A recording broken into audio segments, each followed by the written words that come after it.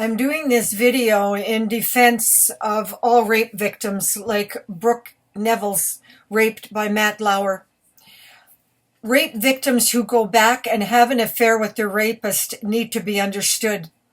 As I am a rape victim of such experience, not once but many times, I feel the world needs an explanation, particularly those in the media.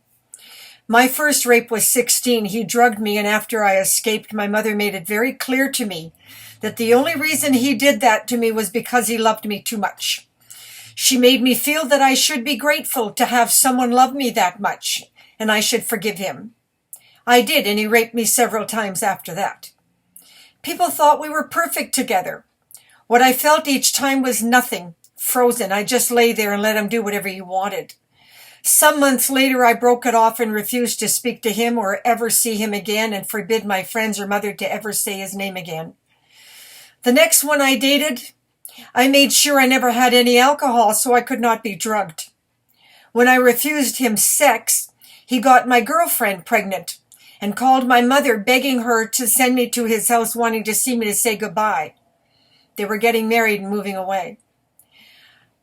I went, and he grabbed me, locked me into a room, and tried to rape me, but sober, I fought him off like a wild animal.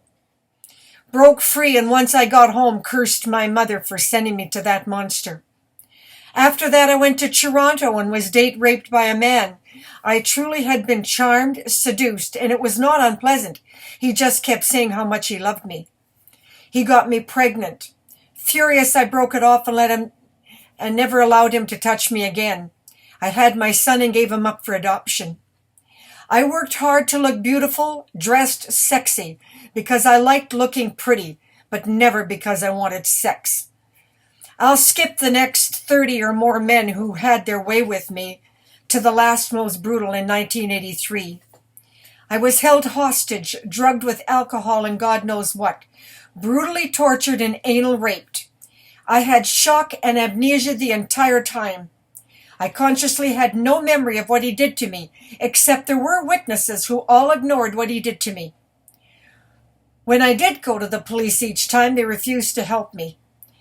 At some point, like an animal trapped, I had the instinct to get myself free. Once again, my mother stepped in and begged me to go back to him because he loved me too much, and I should be grateful to be that loved. I was terminal with an undiagnosed disease at the time, confused, and went back, but never because I really wanted to. I went back because I was manipulated and made to feel somehow that I should feel grateful. 5 months later, that animal instinct to get free kicked in. I sold a home and purchased my freedom from that monster.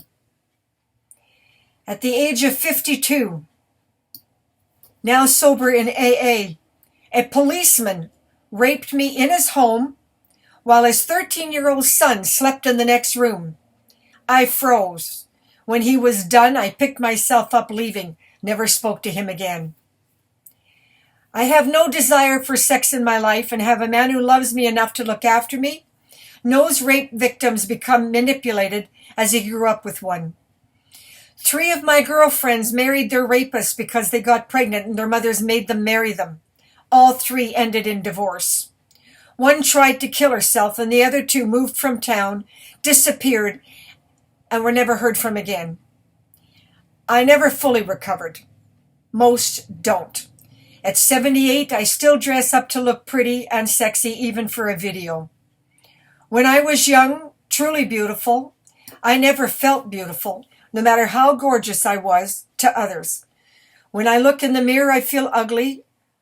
I see ugly and compulsively dress up, put on a hat, earrings, and pretty outfit to feel good about myself. Sex has nothing to do with it. I don't enjoy sex and am most happy in a celibate, affectionate, loving relationship, which I am truly grateful to have today. I hope society will recognize that rape victims who go back to their rapist and have an affair have nothing to do with love, nor does it condone the rape.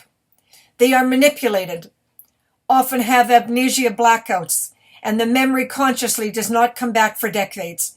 It took me over 40 years to remember what happened to me and why.